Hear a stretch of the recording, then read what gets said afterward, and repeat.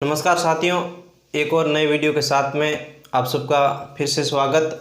आज हम पढ़ेंगे बीकानेर का इतिहास, जिसमें पढ़ेंगे राव लूणकरण सर। इनसे पहले हमने बीका के बारे में पढ़ा। बीका जी ने जो है 1488 के अंदर बीकानेर की स्थापना की, जोधपुर पर आक्रमण किया। उसमें जोधपुर का शासक कौन था? राव सुजा।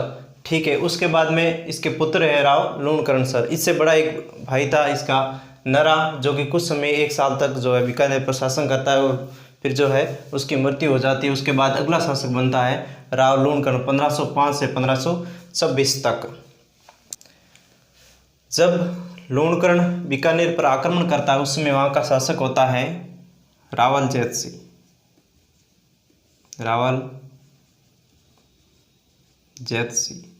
एक दोस्तों में ध्यान रखना, एक है रावल जैत सिंह और एक है राव जैत सिंह, जो कि लूणकरण का पुत्र था राव जैत सिंह, और ये है रावल जैत सिंह। राव जैत सिंह जो कि ये राव जैत सिंह का संत जो बिटू सुजा ने लिखा था। रावल जैत सिंह के समय जो है जैसलमेर पर आक्रमण करता है कौन? राव लूणकरण, और उस समय राव जैत सिंह को जो हरा देता है और फिर जो है समझौता करता है, और इसकी जो बेटी होती है राव जैत सिंह की, जो कि राव लूणकरण से शादी करवा देता है और जो समझौता कर देता है। इस समय आपको इतना ही पूछा जाएगा कि जैसलमेर पर आक्रमण जब लूणकरण ने किया तब कौन से शासक को हराया था? रावल जैत सिंह को, या फिर रावल जैत सिंह को बीकानेर के किस शासक ने हराया? तो लूणकरण।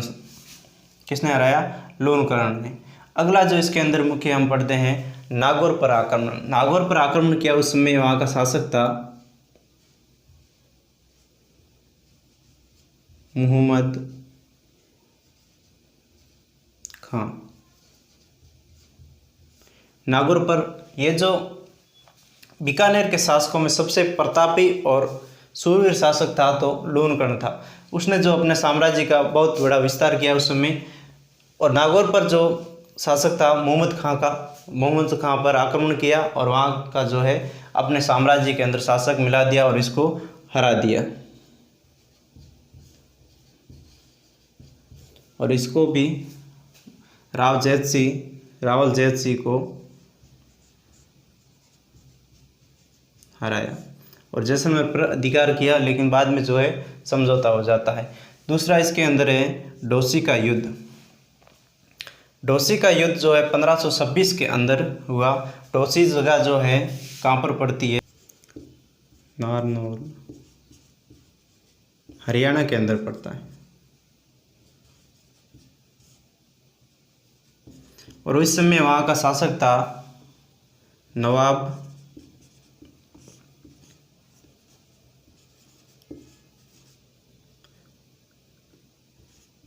अभी मीरा।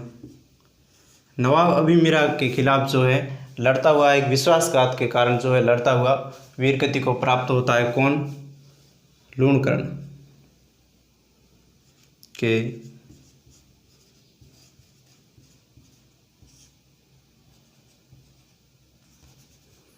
अभी मीरा के विरुद्ध लड़ता हुआ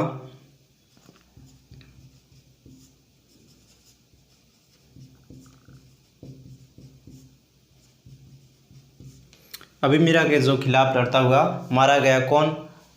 नवाब। डोसी के युद्ध में अभी मीरा के खिलाफ लड़ता हुआ मारा गया कौन? राव लूणकरण। ठीक है, इसके बाद में इसको जो कलयुग का करण कहा जाता है, किसने कहा? चारण कवि बिट्टू सुजा। और इसकी जो एक किताब थी राव जैत सिंह रोचन, किसने लिखी? बिट्टू सुजा ने। इसके अंदर क्या कहा गया है? लूणकरण को कलयुग का करण। अगला जो इसके निर्माण कार्य, एक तो इसने लक्ष्मीनाथ का मंदिर बनाया था। लक्ष्मीनाथ मंदिर कहाँ पर? बीकानेर।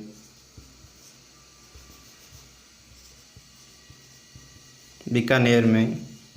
और दूसरा इसका प्रमुख जो है दूसरा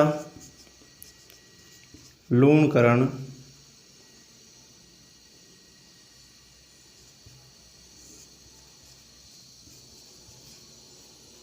जेल का निर्माण।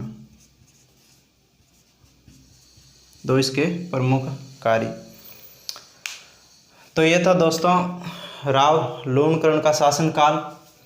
रावल जैत सिंह को हराया जो कि जैसलमेर का शासक था, और राव जैत सिंह जो है इसके पुत्र थे किसके, राव लूणकरण से, जो अगला शासक बनेगा। और नागौर पर आक्रमण किया 1513 के अंदर, तब मोहम्मद खां वहाँ का शासक था और मोहम्मद खां को हराकर नागौर जो अपने राज्य के अंदर मिला दिया। उसके बाद ढोसी का युद्ध होता है कब, 1526 के अंदर, और ढोसी कहाँ पर पड़ता है, नारौली हरियाणा के अंदर, हरियाणा के अंदर, हरियाणा में। और वहाँ का नवाब होता है अभिमीरा के विरुद्ध जो लड़ता हुआ विश्वासघात के कारण जो युद्ध के अंदर अपने ये जो इसके सैनिक थे जो उस तरफ अभिमीरा की तरफ मिल गए थे, तब इसको जो है युद्ध में हारना पड़ा।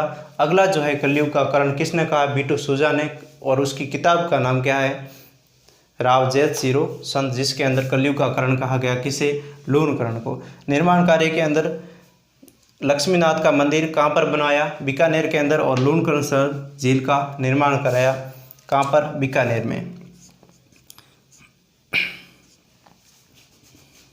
और एक और इसमें बात है, इस समय जो इसके लूणकरण के समय जो 3 प्रमुख देवता थे बीकानेर के अंदर, एक तो करणी माता, दूसरे जो है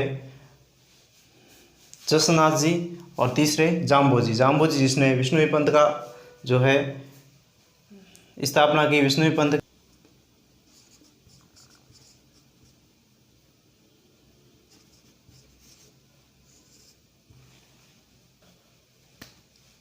जब राव बीका की मृत्यु हो जाती है उसके बाद अगला शासक बनता है नरा, जो कि 1 साल तक अपना शासक करता है, उसके बाद उसकी मृत्यु हो जाती है। उसके बाद में जो अगले छोटे भाई थे उसके गढ़सी, और गढ़सी से छोटा भाई था राव लूणकरण। गढ़सी और लूणकरण दोनों जो है अपने अगला शासक कौन बनेगा इसकी जो भविष्यवाणी करने के लिए कहाँ पर गए, संत जसनाथ जी के पास में। और जहाँ पर जाकर जो है पहले राव गढ़सी गया जिसने गुरुजी को प्रणाम नहीं किए, और उसके बाद राव लूणकरण गया तब उसने दंडवत प्रणाम किए और झुका, तो बोली महाराज अगला शासक कौन बनेगा, तो कि अगला शासक जो है कौन बनेगा बीकानेर का। तब जसनाथ जी ने आशीर्वाद दिया था कि जो है मैं इसको शासक बनाता गढ़सी को, लेकिन इसका जो है अभिमान के कारण, जो इतना इसको घमंड है, इस कारण ये अगला शासक नहीं बनेगा। और अगला शासक कौन बनेगा, राव लूणकरण उसको आशीर्वाद दे दिया, और अगला शासक कौन बनता है, राव लूणकरण। किसके शासक, राव लूणकरण जो है, राव लूणकरण को आशीर्वाद दिया।